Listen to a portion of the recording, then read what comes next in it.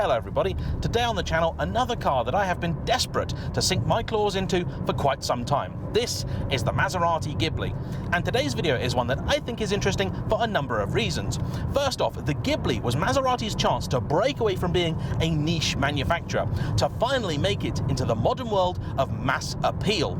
And on the face of it, it would appear as if they succeeded, because I think this is the most common Maserati that I see on the roads of Britain today. Although if you were to ask Auto Trader, the Levante is the slightly more common car, I don't seem to see anywhere near as many of those. But though they certainly have shifted a few, this is a car that wasn't exactly given a warm welcome by the motoring press, and even more damningly, this is a car that was once described to me by a former Maserati salesperson as the worst thing the company have ever done. So with that in mind, for today's review, I've decided to take a slightly different approach. I hope you enjoy it.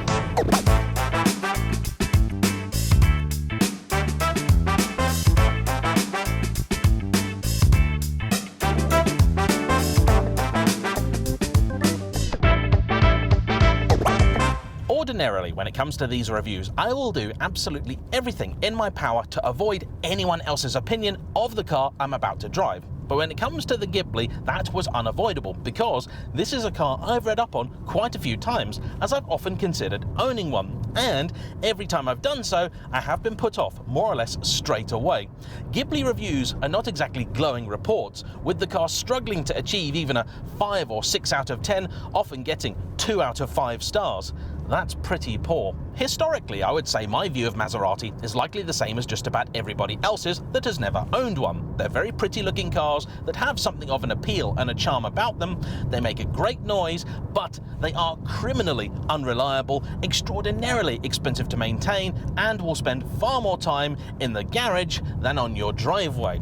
And so, for a long time, the Maserati brand remained a passing interest for me, a curio in the motoring landscape. That was until I got to start driving them, and I found they were cars that, though not perfect, did have enough charm to make them appeal. Later, I got to drive a Quattroporte, a late example Sport GTS of the 5th generation, a car that I liked so much I wound up buying one, and had just under a year of trouble-free, highly enjoyable motoring that left me thinking, you know, this is a brand that, when the mood takes them, can do a lot very, very right.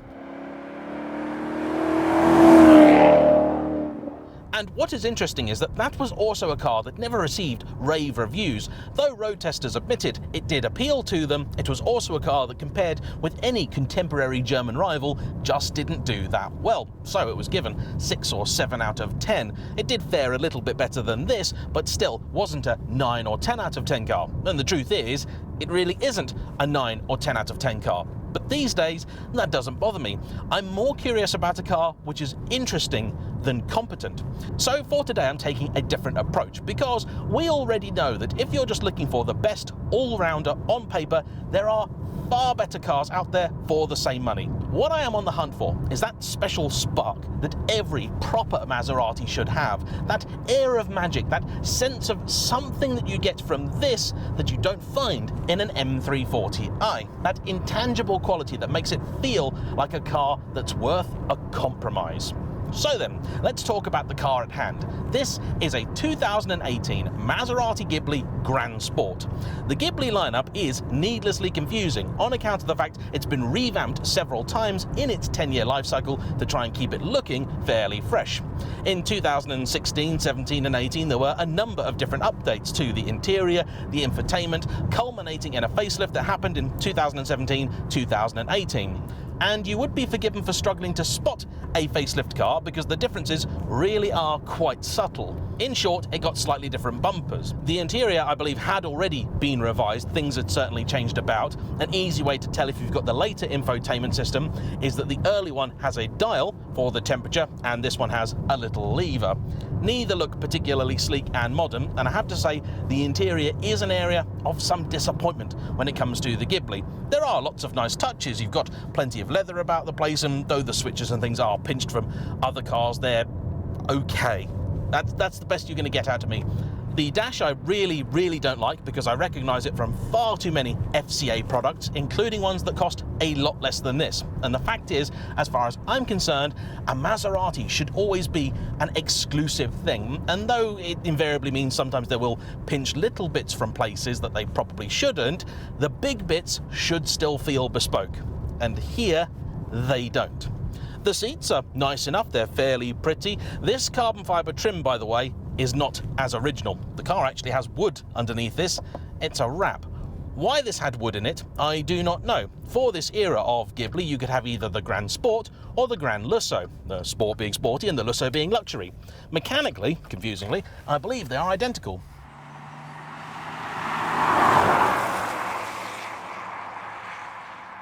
I would expect the Grand Lusso to have things like wood in it and the Grand Sport to have the carbon fibre, but apparently not the case. The car does come with the Skyhook adaptive dampers that at various points have been either optional or standard on the Ghibli. Which they were for this, I couldn't tell you. But it means you have a button for the dampers and you have a sport button which alters the gearbox and engine and all that sort of stuff.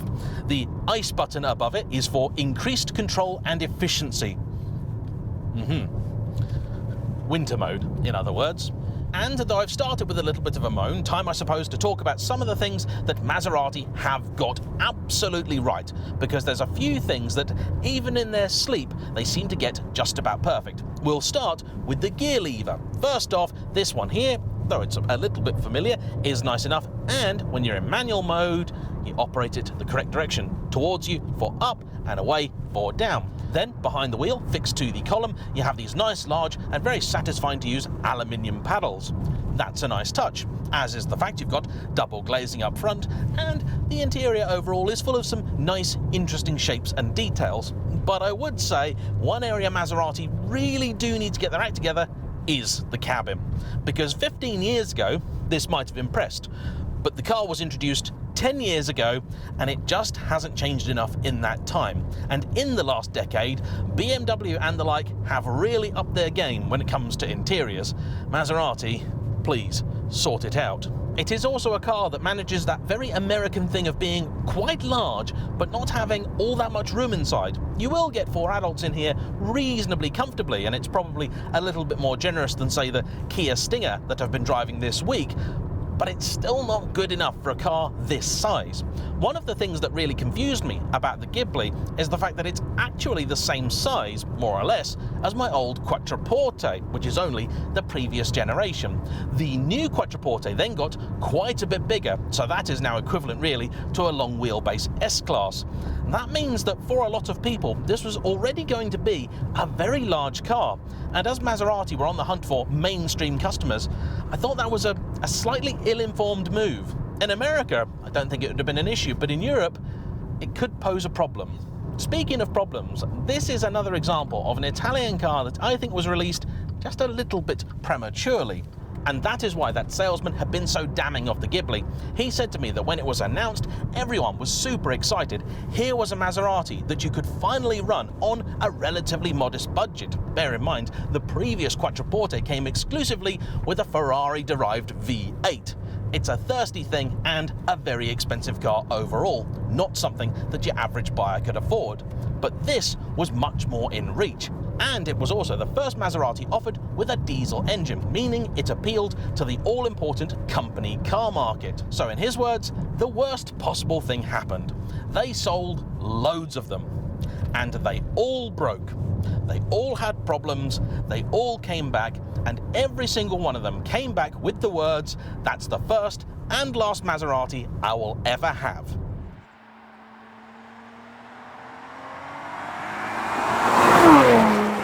You see, previously, things like the Quattroporte were of such niche appeal that they were bought by people who knew the compromise they were going to be making. They knew what they were letting themselves in for.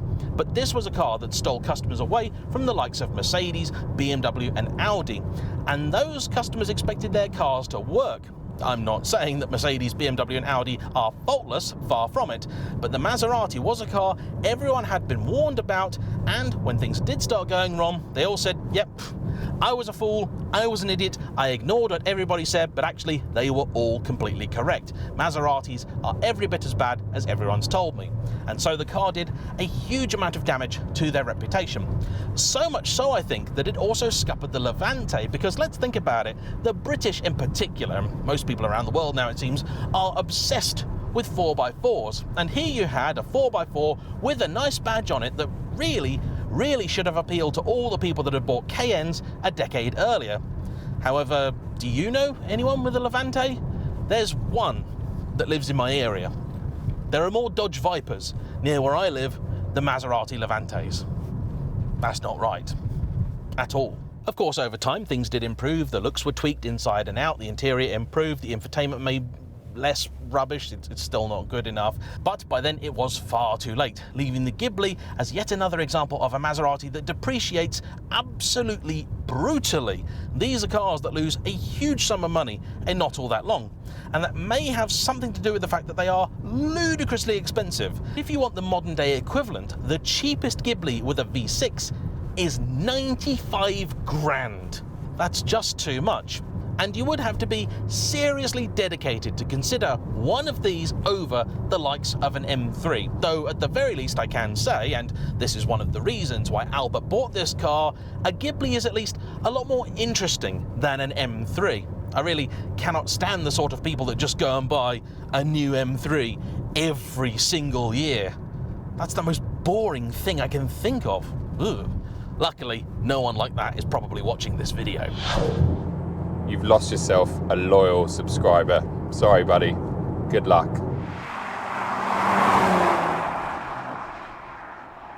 Okay, more stuff about this car. Engines. We will gloss over the diesel. It was a 3-litre turbo V6, as seen in things like the Chrysler 300C and the Jeep Cherokee. Not exactly the kind of thing you want to see in a Maserati, and I think one of the big mistakes that they made. It's an okay engine, not a brilliant one. Happily, the petrol engines are considerably better. This is the entry-level 3-litre V6, which originally made 330 horsepower, but here in facelift, guys, 350. Torque is impressive, 369 pound-foot, that's 500 newton-meters. There was also an S with a bit more, and today, at long last, you can also buy a V8-powered Ghibli, the Trofeo, but one of those is 120 grand. Many people believe the engine in this to be related to that in the Alfa Romeo Giulia, but it is not. That uses a 90-degree V6, which is essentially a cut-down Ferrari design. This, however, is a 60-degree V6, which is one of the reasons it sounds so different. It features a pair of turbochargers, one on each bank. So time then to find out if that bit of special that I'm looking for can be found in the way this car drives.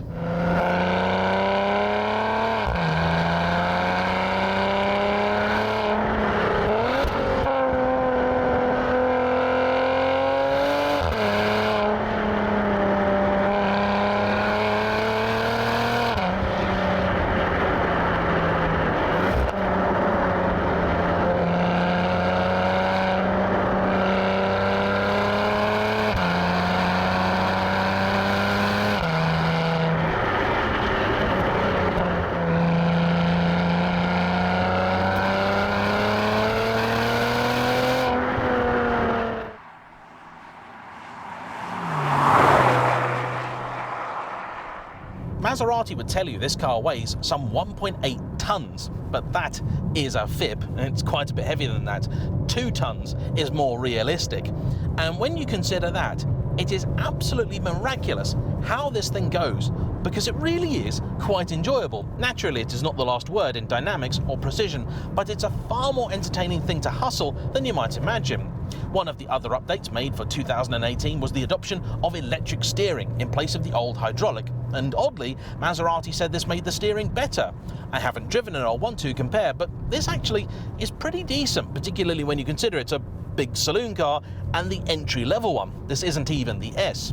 If he'd had the chance, Albert would have gone for the SQ4, which is fitted with the all-wheel drive system, but here in Britain, they're extremely rare. There is always a moment of turbo lag, but the engine is pretty decent, makes a great noise too actually. When I was doing the drive-bys earlier, I was quite impressed with it. The gearbox also deserves special mention. This is fantastic. Here the ZF 8-speed feels just that little bit more exciting, that little bit more dynamic than it does in a BMW or an Audi. The suspension, likewise, is something that I know this car has received a lot of criticism for, and if you stick it in sport mode, it is rubbish, just too firm all the time. But leave sport mode off, and when you start to press on, it really does work quite well with the road. And this car is also trying to do that near impossible thing of balancing comfort with sportiness in a way that few manufacturers get right. But Maserati are one of the few, maybe along with Jaguar, that actually can do it. This is a car that I know weighs 2 tons, yet nobody seems to have told it.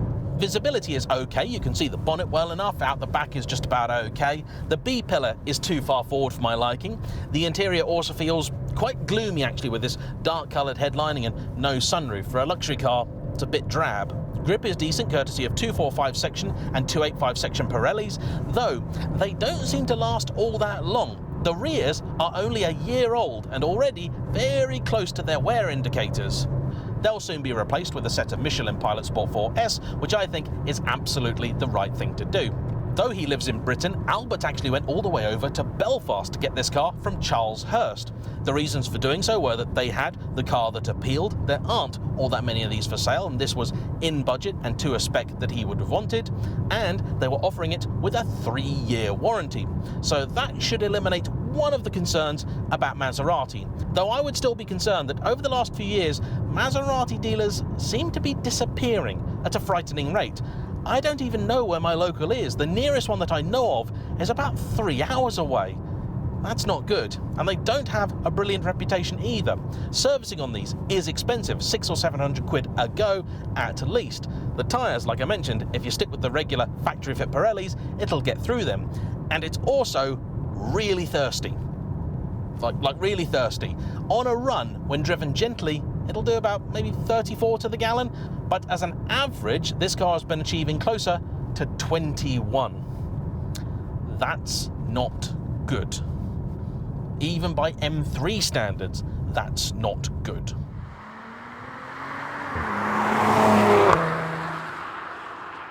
And that does leave this car in a bit of a quandary.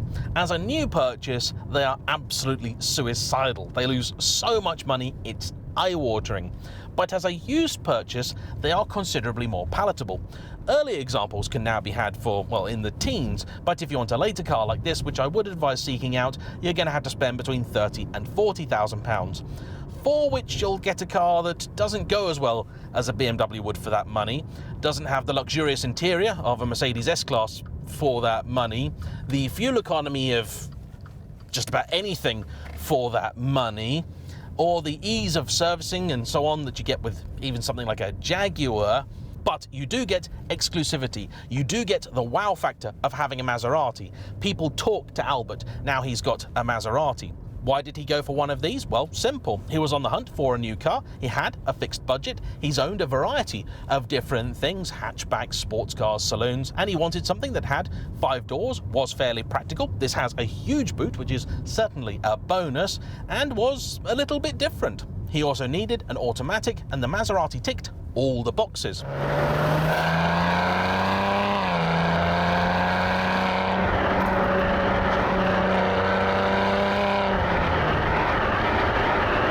It is one of the best looking saloons today. Even at 10 years old, it's still an exciting car to look at, and it'll go down a road like this really quite well.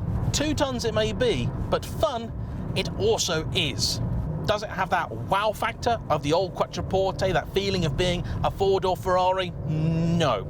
But it does also feel a little bit more livable, if a little bit less special. So I think for that certain person, by the skin of its teeth, the Ghibli gets approval from me. But it does come with a big, massive caveat that for most people, it isn't the right car. It just isn't. Anyway, a huge thank you to Albert for bringing his car out, and as ever, to you for watching. Don't forget to hit the like button, comment down below, subscribe if you haven't already, and I'll see you for the next one. Bye-bye.